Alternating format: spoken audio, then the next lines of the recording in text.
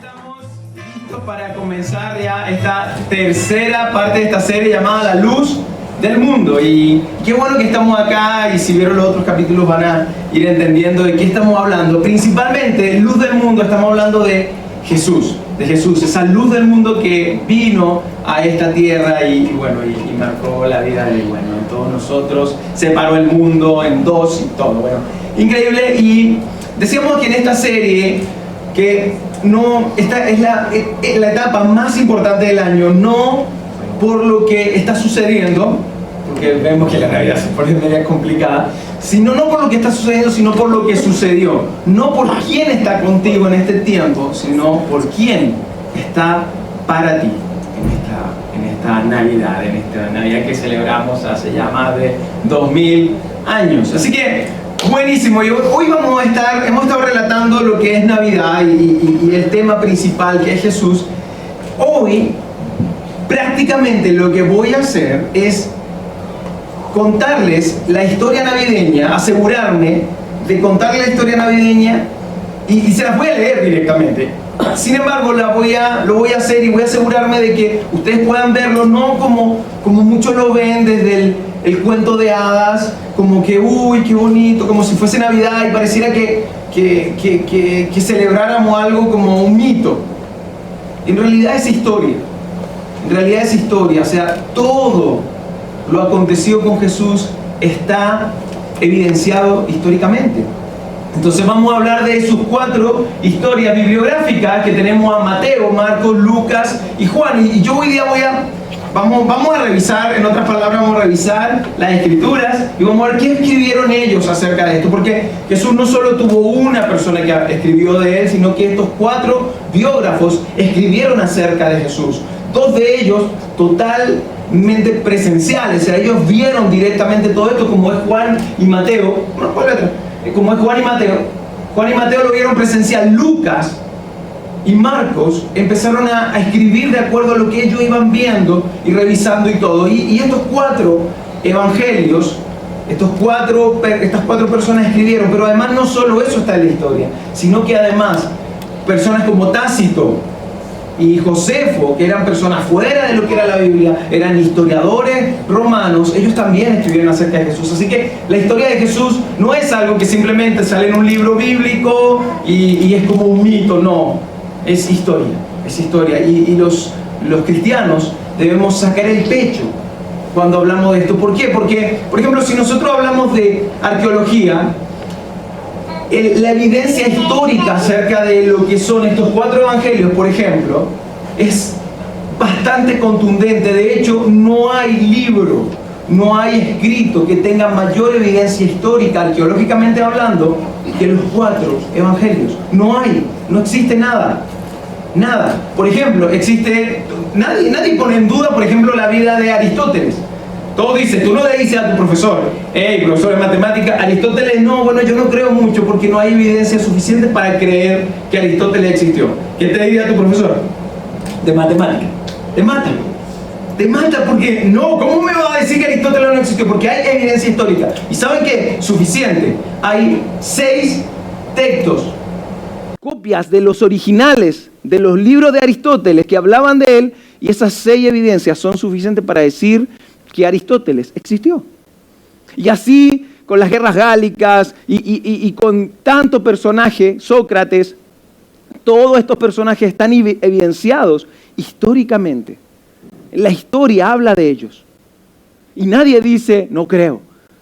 6 textos y desde que se escribió hasta que lo encontraron, unos 1500 años.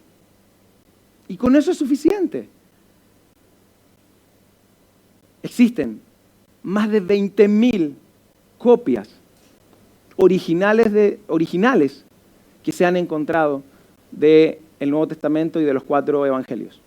20.000. No existe ningún texto histórico que tenga mayor evidencia que los escritos acerca sobre todo de todo lo que es el Nuevo Testamento. Así que es increíble. Nosotros podemos realmente sacar el pecho y decir, aquellos que hemos creído, decir, realmente creemos en un Jesús que es histórico. No solamente, a lo mejor lo que a alguno le pueda costar y decir, bueno, me cuesta creer en lo místico, me cuesta creer en los milagros. Ok, Eso puedes dejarlo como beneficio a la duda, pero que históricamente existió.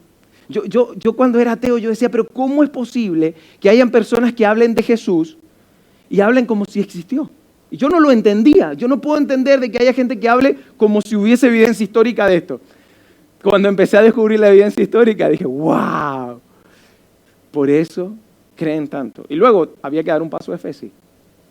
Pero eso es maravilloso. Así que vamos a hablar de estos 4 evangelios y vamos a partir primero con con el que teníamos, con Marcos y Juan. Marcos y Juan, ellos no hablan, ellos se saltan toda la historia de la Navidad. Así que yo los voy a, porque tienen algo interesante que decir, pero ellos se saltan la historia de la Navidad. Es como que de hecho, Marcos fue el más directo de ellos. El más directo, el que fue, de hecho, él era un discípulo de Pedro y él solo escribió 16 capítulos. Es como que dijo, ok, miren, resumido, esto es. De hecho, miren lo que dice 1:1. Marcos 1:1 dice, esta es la historia de cómo empezaron a anunciarse las buenas noticias acerca de Jesús, que es el Hijo de Dios y el Mesías. En otras palabras, miren, en el primer punto voy a explicar qué es todo esto, cómo va a empezar todo, pero esto es así. Voy a hablarles del Mesías, voy a hablar cómo son esas buenas noticias. Y así parte él. En cambio, Juan tenemos... Él se enfoca en el para qué. Juan, recuerden que lo hablábamos en el primer capítulo de esta serie, que él era el que más detalles tenía, porque escribió ya cuando ya tenía más de 70 años. Así que él escribió y recorrió todo esto. Sin embargo, él en vez de poner detalles, él lo que hizo decir, voy a mostrar el para qué. Y en el primer capítulo lanza todo. En el primer capítulo, si tú solo lees Juan 1, el primer capítulo, tú ya ves que él lanza todo ahí, todo lo lanza ahí. Uno dice, wow, pero él pudo haber puesto más detalles. Sí, pero él quiso enfocarse en el para qué de esto. Así que si alguien quiere entender propósito y quiere entender lo que es un propósito, yo le recomiendo que comience a leer Juan y va a ver cómo él explica los propósitos de Dios. Entonces, muy, muy interesante. Y Juan, teniendo tanto detalle, él parte diciendo algo así, lo dice en su primer capítulo, dice, y el Verbo se hizo hombre y habitó entre nosotros. Cuando habla del Verbo, está hablando de la esencia de Dios. La esencia de Dios, la palabra de Dios, se hizo hombre, que fue Jesús, y habitó. O sea, Dios decidió venir a habitar entre nosotros. O sea, imagínate el amor de Dios, que Él decidió venir a habitar entre nosotros y a vivir tal cual como vivimos nosotros. Eso es lo que él está explicando en el primer capítulo. ¿Por qué él está hablando todo esto en el primer capítulo? Porque a lo mejor él pensó como en gente como tú o como yo, que agarran un libro y leen el primer capítulo y después no leen más. ¿Le ha pasado? Ok, entonces Juan dijo, ven, si no van a leer los otros 20 capítulos, entonces voy a poner todo lo que pueda en el primero. Así que dice esto, luego dice, es la luz verdadera la que alumbra a todo ser humano.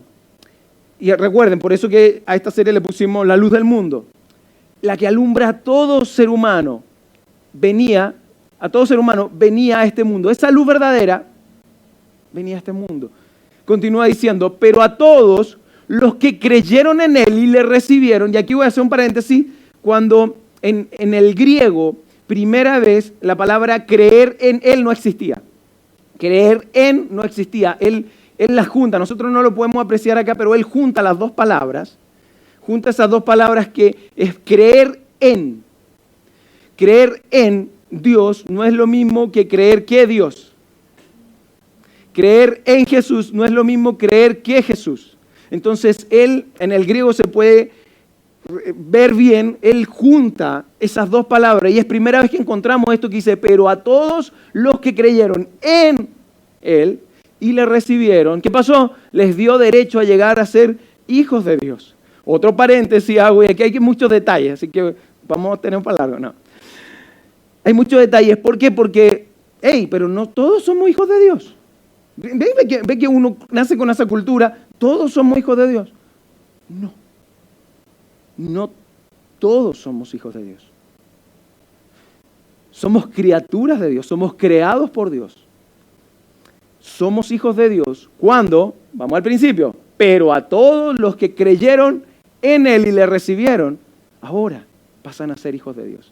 Somos criaturas, creados por él, pero no considerados hijos de Dios. Hasta ahí, hijo de Dios era Jesús y Adán. Y eso ya un poco más de historia, pero bueno. Vamos, el siguiente, dice, pero Juan dice, pero estas cosas, y va al final, volviendo a los para qué. ¿Por qué? ¿Para qué estoy escribiendo esto? Dice, pero estas cosas se han escrito para que ustedes crean que Jesús es el Cristo. O sea, hay un para qué, para que ustedes crean. Todo esto se ha escrito para que ustedes crean. Dios permitió que nosotros tengamos estos escritos con tanta evidencia para que nosotros creamos, para que nosotros creamos el Hijo de Dios y para que al que cree en su nombre tenga vida. Nuevamente el para qué. Fíjense cómo Juan se enfocó en el primer capítulo de mostrar el para qué de Dios. Todavía no viene. Ellos no hablaron del nacimiento, no hablaron del pesebre. Ellos están hablando directamente de lo que viene. Juan es quien se atrevió a decir que Jesús era un salvador personal. Él es el que se atrevió a decir, Él es un salvador personal. Él es el salvador personal. Él es el que se atrevió a decir, porque Jesús no es una salvación colectiva, es personal. Podemos tener una relación íntima con Dios. No tenemos que hacerlo ni siquiera a través de esto. Podemos íntimamente. Es bueno que nos reunamos todos. Sin embargo, es una relación íntima. Qué maravilloso que Dios decidió habitar ahora en la tierra y ahora habita no en un lugar, sino en nuestro corazón. De aquellos que ¿quiénes? Que le hemos recibido. Entonces, cuando vemos esta historia, podemos pensar, decimos, hey, ¿qué pasaría si Juan? ¿Qué pasaría si Juan? Y todo esto está escrito para que entendamos esto, ¿no? ¿Qué pasaría si Juan estuviese aquí con nosotros?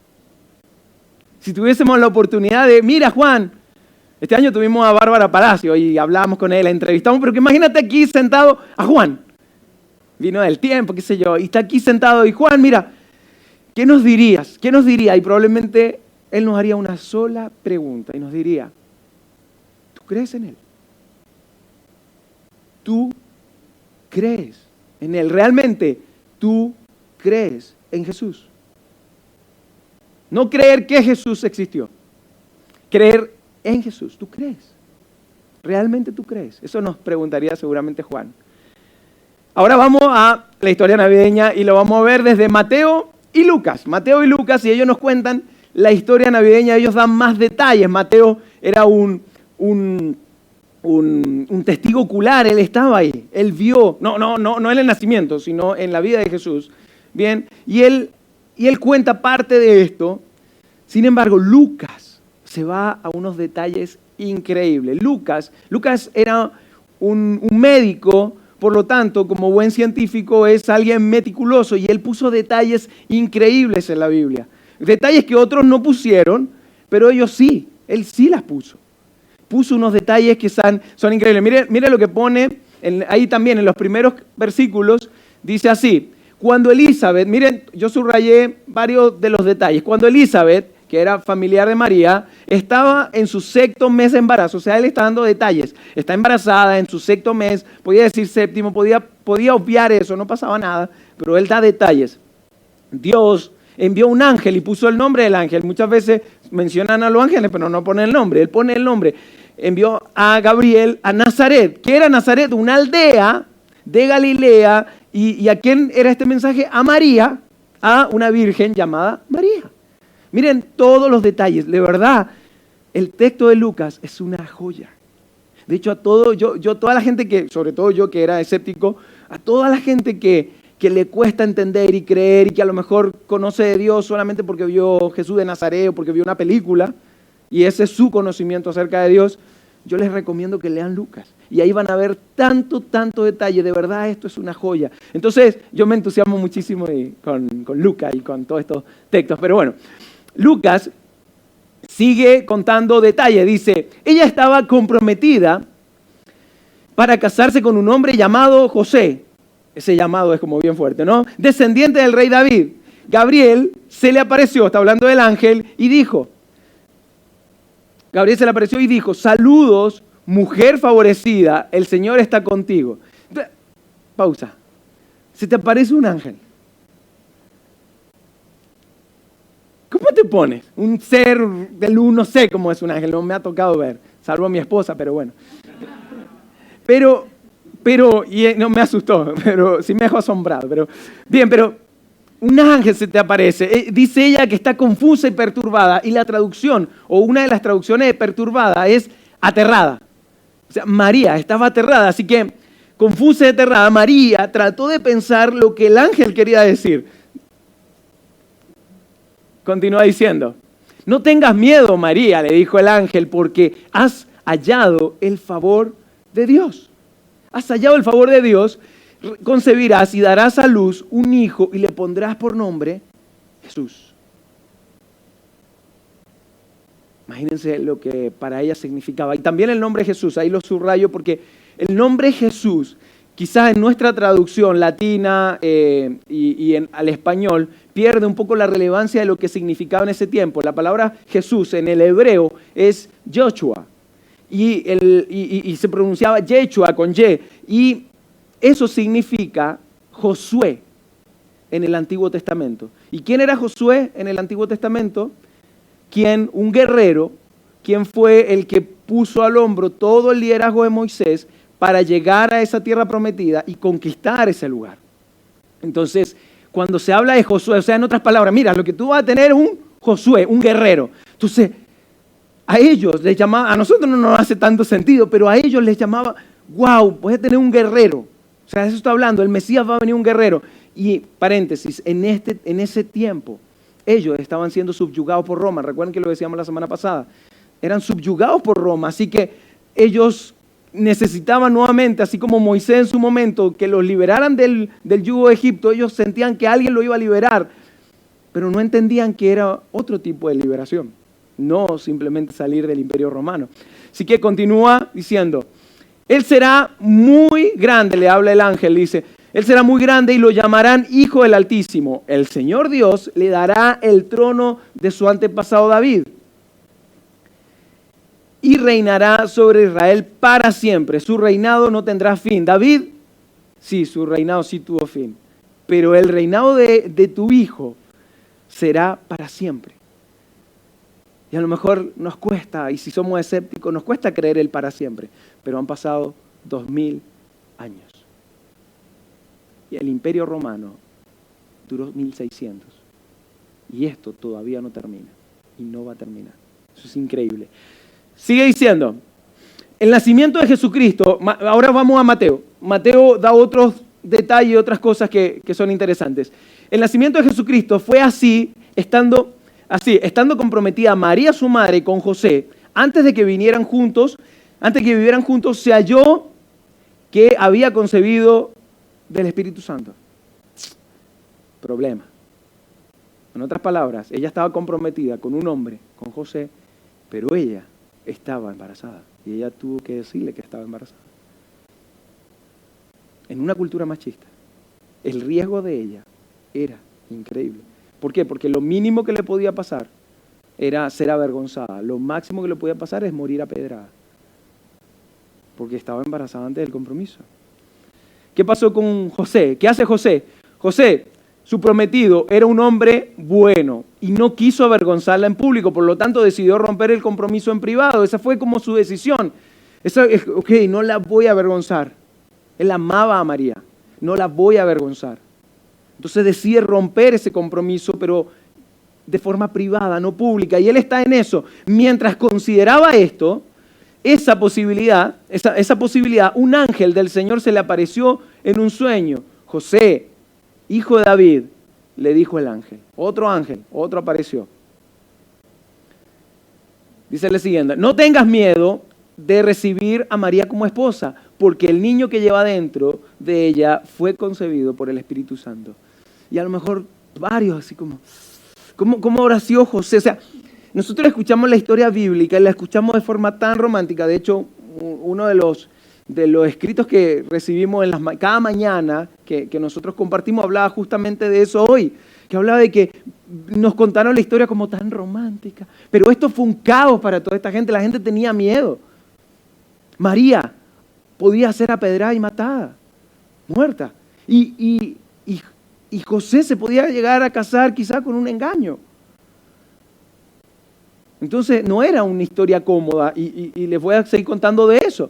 Entonces, y tendrá un hijo y lo llamará Jesús porque él salvará a su pueblo de sus pecados. Y nuevamente el nombre Jesús, otra vez le está diciendo, hey, mira, tiene un guerrero y nos va a salvar este mundo. Y dice, bueno, sí, va a salvar este mundo, somos esclavos de Roma, sí, o somos subyugados por Roma, bueno, sí, de sus pecados.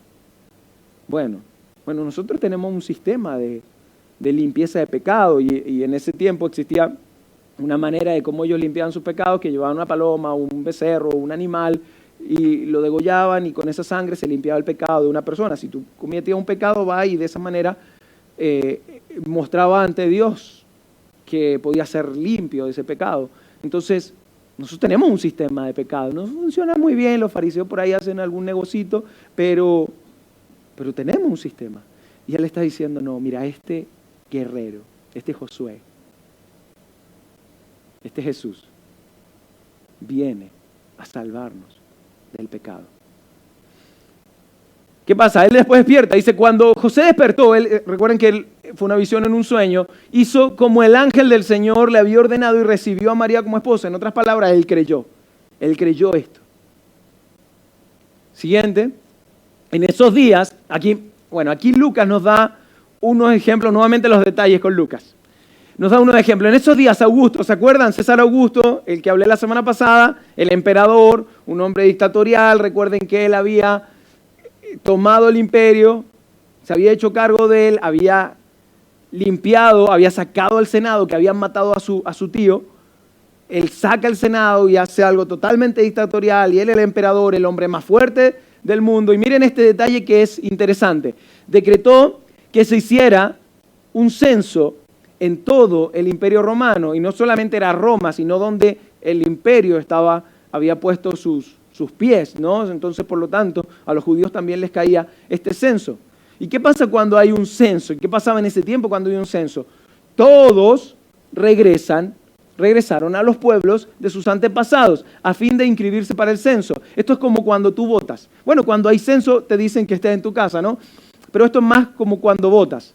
Cuando tú votas, tú no vas a votar donde se te dé la gana, tú votas en el lugar que te inscribiste. Bueno, en este caso era algo así. Todas las personas tenían que irse a un lugar donde tenían que votar. Todas las personas. Así que José era descendiente del rey David. Tuvo que ir a Belén de Judea, el antiguo hogar de David.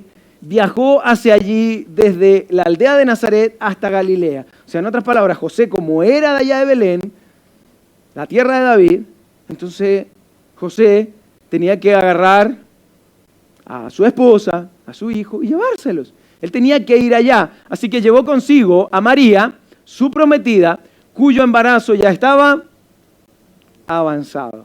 Y María estaba embarazada. Y desde Galilea hasta Belén hay aproximadamente 110, 115 kilómetros.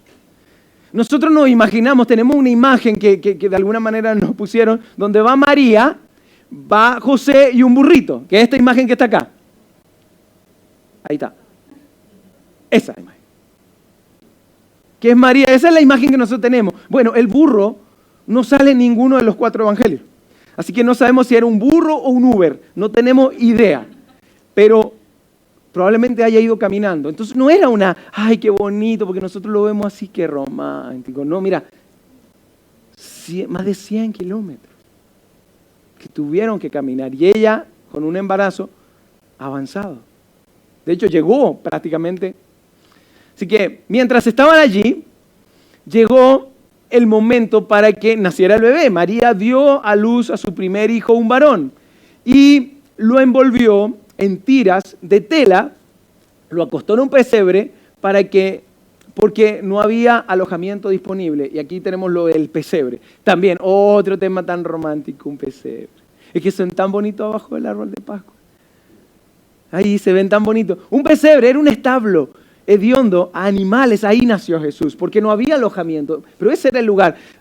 A veces no perdemos la realidad de la historia, que no fue fácil para todos ellos. No lo fue. Entonces, esa noche había unos pastores. Cuando habla de esos pastores no es como un pastor como yo, sino pastores de ovejas, en los campos cercanos que estaban cuidando a su rebaño de ovejas. Habían unos pastores ahí, estaban seguramente trabajando. ¿Y por qué pastores? ¿Y por qué Dios nuevamente rompiendo algunas reglas? Ya van a entender por qué les estoy diciendo esto. Porque los pastores eran considerados indignos para entrar a un templo porque estaban hediondo animal. Entonces no entraban a los lugares sagrados ellos. Miren lo que pasa después. De repente apareció entre ellos un ángel del Señor y el resplandor de la gloria de Dios los rodeó. Imagínense, ellos están ahí haciendo su trabajo, seguramente eran varios pastores, sáquense la idea de 3, porque esos son los sabios, y eran los reyes magos y todo eso, ¿ya? Sáquense la idea de 3, probablemente eran muchos más. Estaban ahí todos estos pastores, aparece una luz, un ángel, y los rodea la luz.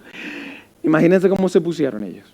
Acá dice, apareció la luz, los pastores estaban aterrados. Esto es muy interesante porque yo por eso soy escéptico a la gente que dice, ay, se me apareció un ángel, qué bonito. No, porque cuando la Biblia nos detalla de quiénes, cuando se aparecían ángeles, a todos les daba miedo. Todos quedaban aterrados, así que a ti no te dio miedo. Así que si vas a contar la historia, di que te dio miedo, ¿ya? Entonces, pero el ángel los tranquilizó y le dijo, hey, no tengan miedo. Yo creo que lo primero que los ángeles le enseñaban, en el formato ángel. Oye, usted va a ser un ángel, ok. Usted diga hola y luego diga no tenga miedo. Porque lo primero, sale el ángel y después no tenga miedo. Siempre ellos decían eso. Entonces le dice, los tranquilizo, no tenga miedo, dijo. Les traigo buenas noticias que darán alegría a toda la gente. Les traigo buenas noticias. Eso significa evangelio. Buenas noticias. Les traigo buenas noticias. ¿Para quiénes? Para algunos. ¿Para ustedes? Para todos, para toda la gente, para toda la gente. Y sigue. Su Salvador, les dice el ángel, su Salvador. No importa quién seas, no importa qué religión sea, no importa si eras judío, no importa de qué religión eras, su Salvador. Su Salvador. ¿Qué dice? Acaba de nacer en Belén. Él es el Mesías, el Señor. Su Salvador. Y esto es la gran noticia que nosotros hoy día debemos recordar. Nuestro Salvador había nacido. Imagínense cómo era ese momento. Imagínense lo que significaba. Entonces, ok, ¿qué pasa con esto? Dice, lo reconocerán porque está durmiendo en un pesebre, envuelto en pañales. ¿Cómo lo van a reconocer? Porque lo encontrarán en un pesebre. Ya está bien.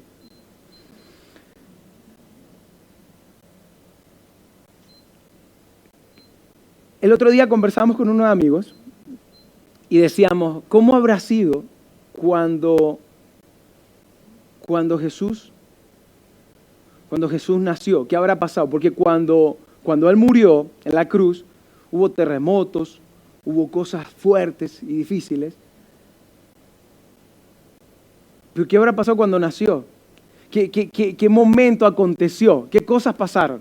Y seguramente aparecieron muchas cosas, quizás las vamos a saber después, pero una parte cuando estaban con los ángeles, cuando estaban con los pastores y todo, de pronto muchos ángeles, dice, muchos ángeles aparecieron en el cielo y alababan a Dios cantando, gloria a Dios en el cielo y paz en la tierra para todos los que Dios ama. Imagínense lo que habrá significado ángeles volando alrededor, había nacido, o sea, piensen en esto, los ángeles habían esperado el nacimiento de Jesús tantos años. Y eso estaba aconteciendo ahora ya. Jesús estaba naciendo en ese momento. Cuando los ángeles regresaron al cielo, los pastores se dijeron unos a otros, vayamos a Belén, veamos esto que ha sucedido y que el Señor nos anunció. En otras palabras, ellos creyeron después de haberse aturdido un poco con las luces y con el terror que habían dado los ángeles en su momento, pero dijeron, bueno, vamos a ver qué sucedió. Y fueron deprisa a la aldea y encontraron a María y a José, y allí estaba el niño acostado en el pesebre. Después de verlo, los pastores contaron a todos lo que había sucedido y lo que el ángel les había dicho acerca del niño. O sea, ellos vieron esto, como muchos de nosotros vimos, tuvimos un encuentro con Jesús y vamos y comenzamos a contarle a otros, hey, esto es lo que pasó, esto pasó, esto fue increíble, esto es lo que está pasando. Y todos, ¿qué pasó? Todos los que escucharon el relato de los pastores quedaron asombrados. Quedaron asombrados. Miren todas las cosas que estaban ocurriendo. Pero María, y esto lo van a entender mucho las mujeres, pero María guardaba todas estas cosas en el corazón y pensaba en ellas con frecuencia. Las mujeres tienden a guardar este tipo de detalles en el corazón y Lucas da ese detalle, que María ponía estas cosas en el corazón, porque María habían vivido todo esto, esos 9 meses, quizás con tanta incertidumbre, más allá de haber visto el ángel, más allá de José haber soñado con este ángel y todo esto, pero María, hey, tienes que convencerte de que tu hijo es el Salvador. Pero cuando ellos están ahí en ese pesebre, en ese lugar, en ese establo, llegan esos sabios que hablábamos la semana pasada, llegan estos pastores y empiezan a llegar gente a alabar a ese niño. Probablemente todas esas cosas eran muestras de parte de Dios a María y José, es decir, todo lo que Él les ha dicho es cierto. Ahí está su hijo. Y miren cómo desde niño ya hay gente que se ha postrado a Él, adorándolo y reconociéndolo como el Salvador. Si por eso María guardaba esto en su corazón. Y la pregunta es, ¿esta historia la estás guardando en tu corazón? ¿O simplemente es Navidad porque todos la celebran? Porque se volvió comercial. Porque se volvió algo de, bueno, el tiempo de la yaca, el tiempo del asado, el tiempo de esto, el tiempo de esto. ¿Eso es Navidad? ¿O Navidad es como fue para María, que ella tomó todo esto, lo guardó en su corazón? Nació mi hijo, pero también era su Salvador. Y yo pienso digo, bueno, nació Jesús, mi Salvador personal. Él ahora vive en mi corazón. Esto es lo que me importa de Navidad. Ahora que lo pase con familia, todo lo demás, ok, eso es aparte. Pero el foco de la Navidad. Y por eso que les dije al principio, quiero asegurarme de que ustedes sepan lo que es realmente la Navidad. Por eso quise leerla completa. Para que sepamos realmente qué es la Navidad. Y no nos quedemos con el cuentito, con la historia, con el cuento de hadas, sino como fue dentro de los detalles que nos pudieron dar estos biógrafos acerca de lo que es Navidad. Como partió Juan diciendo, ese verbo decidió habitar en medio nuestro por amor por la humanidad, una humanidad que venía en decadencia y sigue yendo en decadencia, pero Él dijo, ok, voy a poner un alto y vamos a redimir al mundo y vamos a dar salvación, y todo eso lo hizo por amor. Y Jesús, hoy celebramos su nacimiento, pero 30 y algo de años después, Jesús dio su vida por cada uno de nosotros. Una salvación totalmente personal. Juan, nuestro protagonista de esta serie,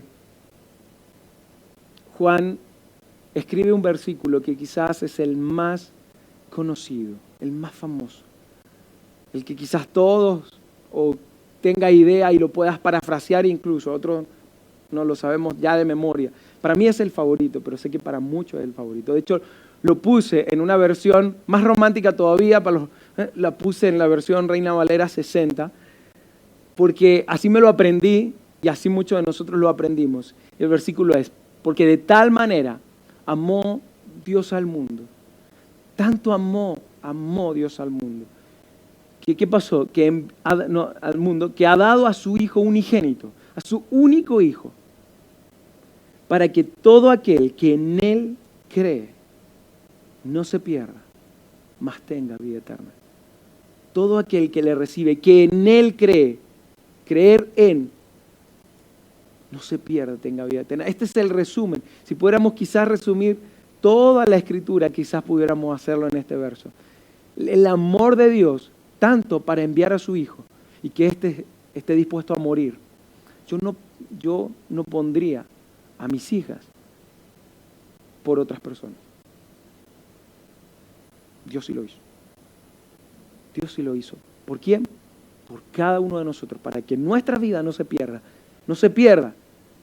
y que realmente tenga vida eterna. Y no haga sentido todo esto. Vivir una vida con Jesús es totalmente diferente. Hace sentido a todo. Quizás vivíamos en oscuridad, pero Él es la luz y de pronto trajo luz a nuestra vida.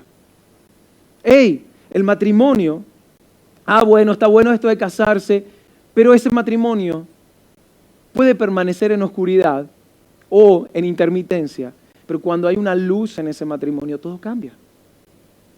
Las finanzas. Yo no sabía cómo manejar las finanzas, pero cuando yo veo lo que esa luz me muestra acerca de las finanzas comienzan a ordenarse. En la vida sexual, en tu vida moral, en todas las áreas de tu vida. Y cuando tú ves que vives en una oscuridad o en una intermitencia y ves que Jesús es la luz y tú permites que esa vida no se pierda, que tu vida no se pierda y que Él sea quien hoy día gobierne tu vida, todo, absolutamente todo cambia. Eso es lo que nosotros creemos. Eso es lo que nosotros creemos. Y no solo queda en eso, porque esto es lo que les cuesta tanto entender a los religiosos. Porque el siguiente versículo, el 17, todos se saben el 16, pero se le olvida el 17. El 17 dice lo siguiente: Dios no envió a su Hijo al mundo para condenar al mundo. Esto es lo que los religiosos no pueden entender. Entonces, en el nombre de Jesús han propuesto guerras, en el nombre de Jesús han agarrado bibliazos a la gente, en el nombre de Jesús han condenado a la gente. Y Jesús no vino a condenar al mundo, sino que el mundo, salvarlo por medio de Él. Eso es lo que vino Jesús. Y nosotros, no es que Jesús vino a eso y nosotros somos los jueces, los que ya creemos. Nosotros somos Jesús resplandeciendo en nosotros. Por lo tanto, debemos aplicar lo mismo que Él. No estamos para condenar al mundo. No es nuestro llamado, no somos jueces. Entonces, volvemos a este verso, porque de tal manera amó Dios al mundo, y subrayé el mundo y la parte de todo aquel, porque vamos a hacer un ejercicio para ir cerrando. Y un ejercicio muy, muy sencillo. Ustedes me van a ayudar. Y es lo siguiente, yo voy a poner unas líneas acá, aquí están puestas, el que viene. Entonces, yo voy a leerlo y tú vas a decir tu nombre. ¿Recuerdan lo que hablamos de personal? Tú vas a decir tu nombre, las dos veces que sale la rayita. Yo lo leo, ustedes dicen su nombre. Yo voy a decir Mauricio, ustedes dicen, no digan Mauricio, digan su nombre. ¿Ok? Entonces es así. Porque de tal manera amó Dios. Ok, pero ahora convencidos. ¿Sí? Porque de tal manera amó Dios que ha dado a su Hijo unigénito para que en Él cree, no se pierda y tenga vida eterna. Yo les quiero invitar a que hagan algo muy simple esta noche, antes de dormir. Que tengan un tiempo de oración, agradezcan a Dios por todo, pero que reciten este versículo, pero lo digan así, ahora en intimidad, no en público, en intimidad, y que puedan decir, porque de tal manera nos amaste, tanto amaste a Mauricio, que enviaste a tu único Hijo, para que Mauricio no se pierda y tenga vida eterna. Dios envió a un Hijo, a su Hijo, para darnos un Salvador personal para nosotros, un Salvador personal. ¿Para qué? Para que estas cosas que se han escrito, para que nosotros podamos creer en ellas. Recuerden estas palabras de Juan, para que nosotros podamos creer. ¿Por qué todo esto? Para que podamos creer. ¿Por qué este mensaje? Para que podamos realmente creer en lo que es un Salvador personal para cada uno de nosotros. No importa lo que hayas hecho. Entrega tu vida a Jesús. y Él va a darnos esa vida. Vamos a orar, ¿les parece? Señor, gracias. Gracias porque enviaste a tu Hijo, a tu único Hijo, como nuestro Salvador personal. Tú permitiste toda esta historia. Dios, tú movilizaste al emperador, al hombre más poderoso de la tierra, lo movilizaste para hacer un censo, para que se cumpliera la escritura de que tu Hijo naciera en Belén y no en Galilea. Señor, tú puedes mover todo, Dios, para nuestra salvación, para nuestro cuidado, Señor. Dios, no creemos que existes, creemos en ti, confiamos en ti. Ayúdanos, Señor, a que nuestra fe crezca mucho más y que esta Navidad podamos nosotros reencontrarnos contigo. A lo mejor muchas Navidades, cada uno de nosotros la hemos pasado bien, la hemos disfrutado y no está mal eso. Pero quizás hemos pasado por alto el significado, el real significado de lo que es Navidad. Señor, ayúdanos a recordarte, a recordar a tu Hijo, a recordar lo que has hecho por nosotros, porque tanto nos amaste, Señor, que estuviste a entregar a tu Hijo, incluso a la muerte, para que nosotros seamos salvos. No ahora, no como creían esas personas que era solamente para librarlos del yugo de Roma, sino para siempre y de los pecados, Señor. Gracias, Padre. Gracias por todo tu amor en nosotros y gracias por hacerlo personal. En el nombre de Jesús. Amén.